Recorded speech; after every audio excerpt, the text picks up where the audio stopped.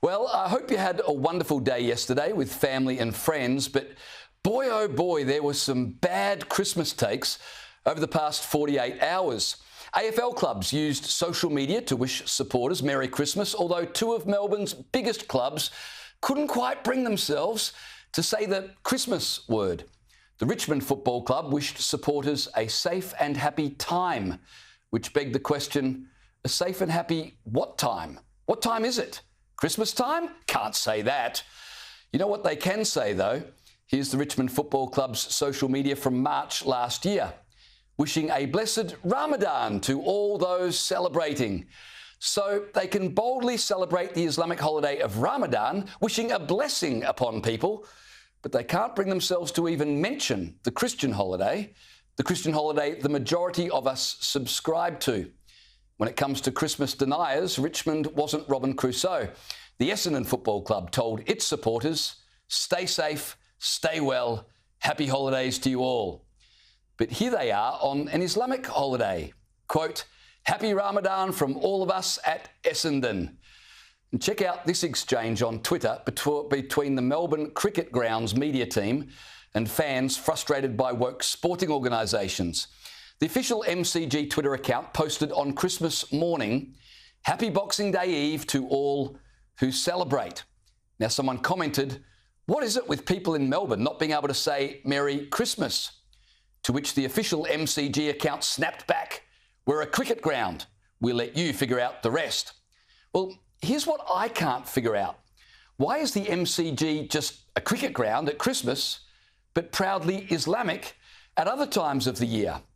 Ramadan Mubarak to all those celebrating, said the SCG. Sure, just a cricket ground.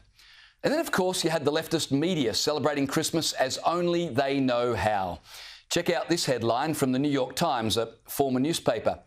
Quote, why it matters that Jesus came from a dysfunctional family. What does it tell you about the New York Times that they equate sainthood with dysfunction? Of course, if Jesus had purple hair and was demanding access to women's bathrooms, you could bet the New York Times would be advocating for him. But no, he's just God in flesh appearing. Dysfunctional. And then there was this two-page spread headlined, quote, a conversation about the virgin birth that maybe wasn't. Honestly, they chose Christmas to publish a piece debunking the virgin birth and arguing that Mary either had an affair or was raped by a Roman soldier. I guess they just kind of ran out of Russian collusion stories. You have to love the lefty media, though. The virgin birth, that's ridiculous. Also, men can get pregnant and we need tampons in male bathrooms. And just to show you how much the lefty media hates you, having used Christmas to slander Jesus as dysfunctional and portray Mary as a rape victim, the New York Times ran this piece, quote, why are so many Christians so cruel? Incredible. I've got just one question.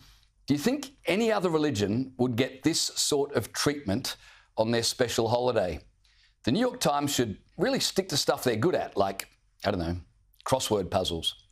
Maybe we could excuse the New York Times for not knowing any better, but Bear Grylls, well, he should have known better. He produced a Christmas video with accompanying caption that claimed Mary was a, quote, Middle Eastern refugee and a young, poor and no doubt terrified Palestinian girl. This bit of the story is set in a place in Palestine, first century Palestine, called Bethlehem. And this is first person, this part of the story, from a young, scared, poor young girl called Mariam. No, Bear Grylls, the Christmas story is not set in first century Palestine. It's set in Judea, which was part of Israel. The area wasn't called Palestine until well after the birth of Christ, when the Romans gave it that name to slight the Jews. And Mary wasn't Palestinian, and nor was she a refugee as we understand refugees today. She was a Jew, descended from Abraham, Isaac and Jacob, and she fled with her baby to Egypt to escape the murderous King Herod, but promptly returned to her homeland the moment it was safe to do so. Using the Christmas story to try to eradicate the Jews and the state of Israel is disgraceful, especially from someone who should know better, but it gets worse. According to the Telegraph, Church of England ministers were instructed to water down the Christmas message this year so as not to upset diverse communities or inflame tensions over the war in Gaza. Clergy in Birmingham were warned to avoid carols that overly emphasised Israel, which is kind of hard since that's where the story happened, and to avoid any suggestion that Jesus was the true Messiah or that Christianity was the one true religion. If the Church of England is warning its priests not to imply that Christianity is true at Christmas, what then is the point of the Church of England? You might as well just stay home reading the New York Times. By the way, does anyone think imams are combing the Quran to delete things that might upset Christians, or Jews for that matter? Pro-Palestinian protesters disrupted a Christmas mass in Dublin and received applause from members of the congregation who I assume must have been Essendon supporters, or maybe staffers from the MCG's media team.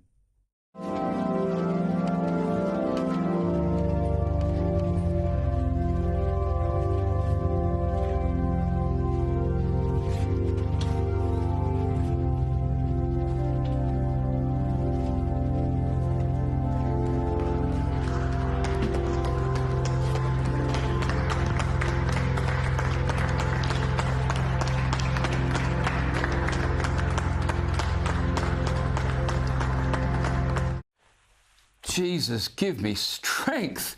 But there was another attack on Christmas that caught my eye, and this one subtle but telling.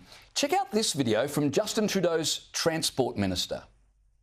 Don't forget, we need your urgent approval to clear Santa's flight. He's scheduled to take off soon. It's one of your new responsibilities as Minister of Transport. I've been so looking forward to doing this. Is Santa well rested and ready to fly? Santa has submitted all his pre-clearance forms and the reindeer are healthy and ready to fly. Hi, Santa. Hello, Minister. I've just received your flight plan and I'm giving you the green light to take off, Santa. Now, I know it's a fun video for the kids, but did you notice the way kids are being taught that even imaginary characters have to submit to the dictates of government? If the reindeers emit too much flatulence, or if Santa's workshop is not found to be compliant with government DEI policies, then watch out. Call me old-fashioned, but no government should be authorising Christmas. I know it's just a bit of fun. Still, it's a little insight into how government ministers perceive their place in the universe. Not even Santa gets to fly without first filling out the required paperwork and receiving confirmation of approval. No wonder so many have a problem with Jesus.